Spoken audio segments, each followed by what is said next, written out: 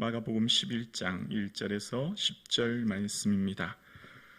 신약성경 73면입니다. 살아계신 하나님 말씀을 다 함께 합독하시겠습니다. 그들이 예루살렘에 가까이 와서 감람산 밧베게와 베다니에 이르렀을 때에 예수께서 제자 중 둘을 보내시며 이르시되 너희는 맞은편 마을로 가라. 그리로 들어가면 곧 아직도 아무도 타보지 않은 나귀 새끼가 매어 있는 것을 보리니 풀어 끌고 오라. 만일 누가 너희에게 왜 이렇게 하느냐 묻거든 주가 쓰시겠다 하라. 그리하면 즉시 이리로 보내리라 하시니 제자들이 가서 본즉 나귀 새끼가 문 앞에 거리에 매어 있는지라. 그것을 푸니 거기 서 있는 사람 중 어떤 이들이 이르되 나귀 새끼를 풀어 무엇을 하려냐 하매 제자들이 예수께서 이르신 대로 말한데 이에 허락하는지라. 나귀 새끼를 예수께로 끌어와서 자기들의 겉옷을 그 위에 얹어 놓음에 예수께서 타시니 많은 사람들은 자기들의 겉옷을 또 다른 이들은 그 들에서 벤 나뭇가지를 길에 펴며 앞에서 가고 뒤에서 따르는 자들이 소리질러 이르되 소산나 찬송하리로다. 주의 이름으로 오시는 이여 찬송하리로다. 우리 조상 다윗의 나라여 가장 높은 곳에서 호산나 하더라. 아멘. 예수님 더욱 사랑하시는 이 하루 되기를 주님의 이름으로 축복합니다. 아멘. 예수님께서 이제 드디어 예루살렘 가까이 오셨어요. 오늘부터 시작되는 11장부터 13장 얘기는 이제 예루살렘에서 사역에 대한 이야기입니다. 예루살렘 베다니아 벳박에는 이제 예루살렘에서 한 3km 정도 이제 되는 감람산 근처에 있는 곳인데요. 그곳에 도착했을 때 전체 내용은 이렇습니다. 이제 예수님께서 그곳에 가까이 갔을 때 많은 사람들이 환호하면서 호산나 이렇게 외치면서 겉옷을 펴죠. 호산나라고 하는 것은 제발 우리를 구해 주소서라고 하는 의미가 있는데요. 시편 118편 25절의 내용, 여호와여 구하옵나니 이제는 구하옵나니 우리를 구하옵소서 형통하게 하옵소서, 그 말씀의 의미가 이곳에 담겨져 있습니다. 그러니까 우리를 구원하러 오신 메시아이신 예수님, 정치적인 또 민족적인 군사적인 모든 곳에서 외세로부터 우리를 구해 주십시오라고 하면서 이 환호하는 모습이 오늘 본문에 등장하게 됩니다. 자, 그런데 그렇게 이제 많은 사람들이 환영하는 내용 앞전에 이제 이렇게 말씀하시죠. 제자들 둘을 보내시면서 예수님께서 말씀하신 내용을 보면 2절에 이제 이런 말씀을 하세요. 너희 이르시되 너희는 맞은편 마을로 가라. 그리로 들어가면 곧 아직 아무도 타보지 않은 나귀 새끼가 매어 있는 것을 보리니 풀어 끌고 오라. 자, 이제 예수님께서 제자들을 둘을 보내시면서 이제 이런 명령을 하시는 거예요. 얘들아, 너희들 가면 마을에 아직도 아무도 타보지 않은 어린 나귀가 있을 거야. 그 나귀 새끼를 메어서 내게로 가져와. 이제 그 말씀하시는 겁니다. 예수님께서 이렇게 말씀하시는 것은 그냥 우연히 그냥 예수님이 얘기하시는 걸까요? 그렇지 않습니다.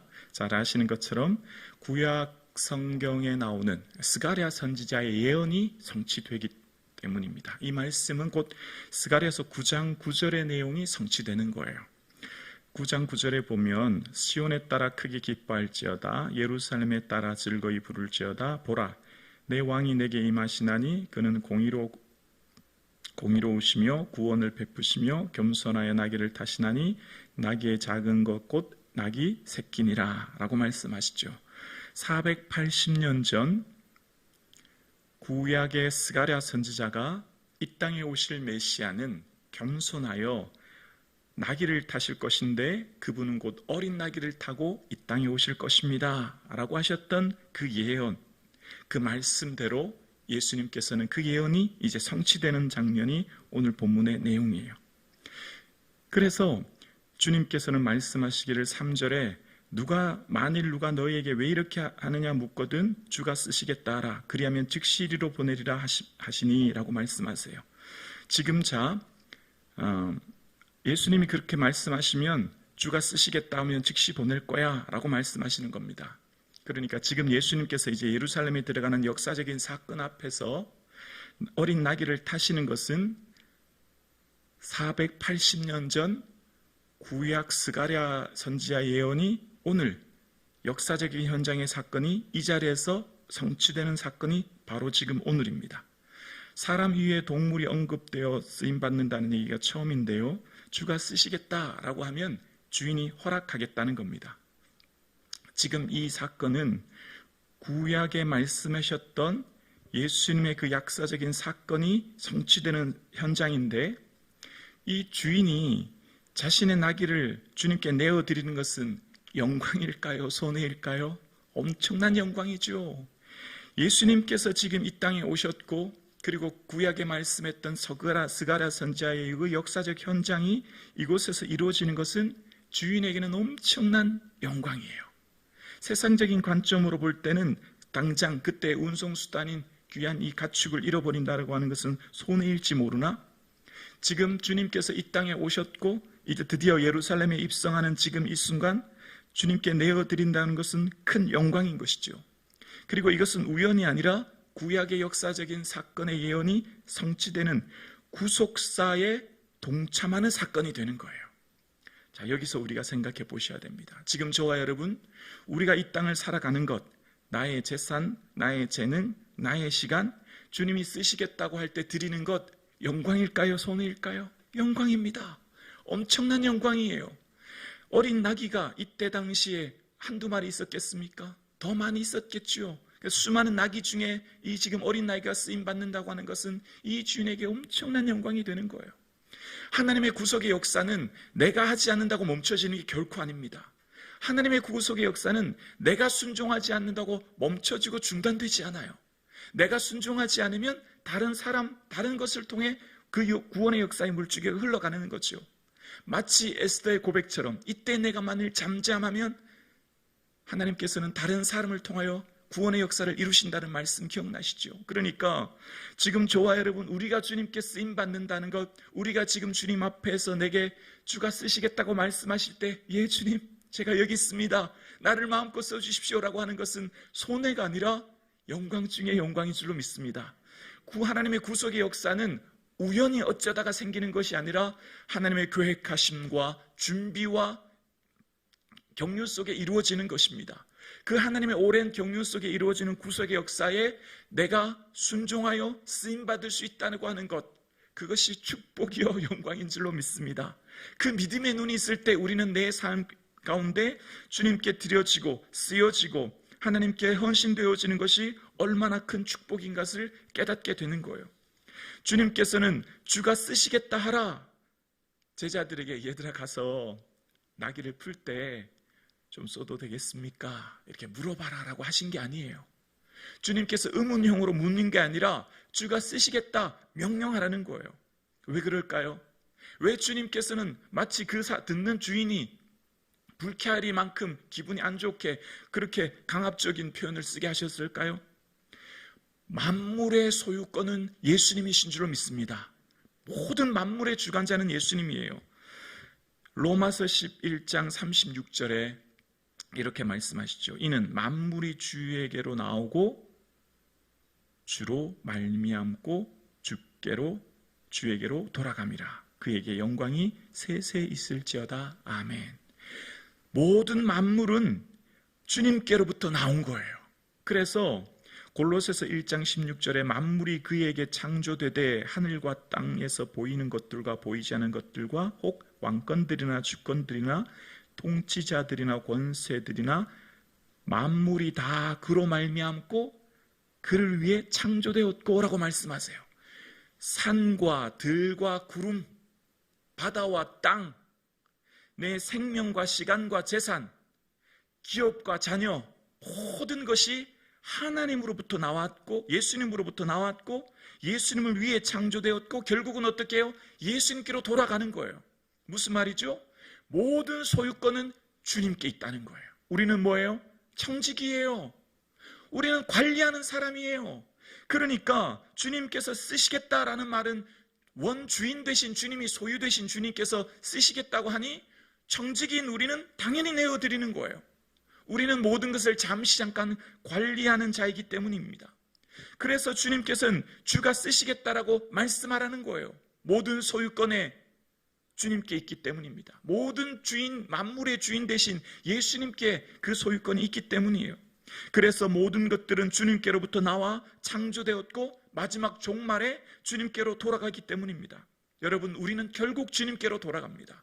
우리는 결국 주님 앞에 서게 되어요. 마치 모세가 시편 90편 3절에 주께서 사람을 뒷글로 돌아가게 하시고 말씀하시기를 너희 인생들은 돌아가라 하셨사오니 라고 말씀하신 것처럼 우리는 결국 주님께로 돌아갑니다. 우리는 결국 우리의 모든 삶의 내역서, 청지기로서의 맡겨진 임대받은 시간과 생명을 어떻게 관리하였는지에 대한 그 내역서를 가지고 주님께로 돌아갈 거예요. 그래서 그때 주님께 우리의 삶의 내역서를 드릴 때 우리가 어떻게 그것을 관리하였는지, 주께서 맡겨주신 그 모든 것들을 어떻게 잘 사용했는지에 대해서 주님께 드릴 날이 오는 것이죠. 그러니까 주님께서 지금 이 제자들을 보내시면서 어린 나귀를 보면 주가 쓰시겠다 말해라. 주님 원주인 되신, 그것을 창조하신, 그것을 만드신 주인께서 쓰신다고 할 때 기꺼이 드릴 수 있도록 말씀하시는 거예요. 여러분, 우리의 삶은 모든 우리의 삶의 생명, 시간, 재산, 자녀, 기업, 내 모든 것은 주의 것인 줄로 믿습니다. 이것이 제자도의 첫걸음이에요. 소유권이 주께 있습니다. 모든 소유권이 주께 있으며 내 인생의 목적은 예수 그리스도입니다. 주 뜻대로 살아가길 원합니다. 주의 가신 그 길을 걸어갑니다. 그것이 제자도의 첫걸음인 거예요. 끊임없이 마가복음에서 이야기하는 것은 무엇이죠? 우리의 삶이 제자도의 삶을 살아내도록 말씀하는 거예요. 얘들아, 너희 인생은 너희 것이 아니야.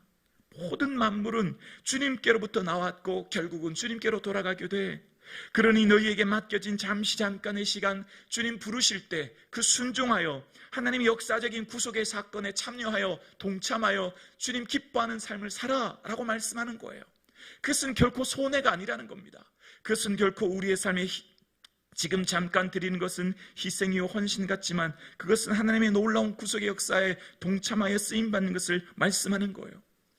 모든 당시 이때의 사람들은 로마 시대 승리한 개선 장군은 네 마리 이끄는 엘리엇이라고 하는 전차를 타고 입성하죠. 로마 병사와 함께 줄지어 따라오는 포로들이 끌려 들어가는 이 전쟁의 개선식에서는 큰 보상과 특권이 기다립니다. 로마 시대 이 개선 장군이 트는 특별히 흰색 말 이 에쿠스를 타고 들어갈 때 모든 사람들이 환호하고 박수치며 영광스럽게 기뻐하죠. 로마의 통치 방식은 말을 타고 억압적으로 군림하며 지배하는 방식이지만 하나님 나라의 방식은 어린 나귀를 타고 겸손히 섬기는 종의 길로 이 땅에 오시는 거예요. 또다시 말씀하시죠. 그것이 바로 예수님의 길이라고요. 예수님의 걸어가는 길은 말을 타고 억압하고 착취하고 폭력으로 다스리는 세상이 아니라 겸손하여 종이 되어 섬기며 낮아지는 자세로의 삶을 살아가는 것을 말씀하시고, 예수님께서는 말이 아닌 나귀를 타고 이 땅에 오심으로 모든 사람의 종이 되어 섬김으로 모든 인류를 구원하시기 위해 오셨음을 말씀하는 거예요. 그렇게 오시는 예수님을 사람들은 옷을 펴며 나뭇가지를 흔들며 환호합니다. 옷을 깔고 그 위에 지나가는 것은 그 사람에 대한 존경을 표하는 것이죠. 예수님을 존경하며 예수님을 환호합니다. 왜일까요? 예수님을 정치적인 메시아로 생각했기 때문이에요. 자신들의 목적, 자신들의 욕망, 자신들의 생각대로 예수님을 환호하지만 안타깝게도 예수님은 이후에 이 사람들에 의해서 십자가에 못 박으소서 고백함으로 예수님은 십자가에 못 박아 죽게 되시죠. 그래서 예수님께서는 요한복음 2장 24절에 보면 예수는 그의 몸을 그들에게 의탁하지 않으셨으니 이는 친히 모든 사람을 아시미오라고 말씀하세요. 예수님은 그의 몸을 사람들에게 맡기지 않으십니다. 왜냐하면 사람들이 어떻다는 걸 다 알고 계셨기 때문이에요. 오늘 함께 예배드리시는 사랑하는 성도님, 여러분 무엇 때문에 울고 웃으십니까? 사람들 바라보지 마시고 변치 않은 예수님만 바라볼 수 있기를 주님의 이름으로 축원합니다. 오직 예수님만 내 마음 아시니 예수님께 모든 것 의탁하는 이 하루 되기를 주님의 이름으로 축복합니다.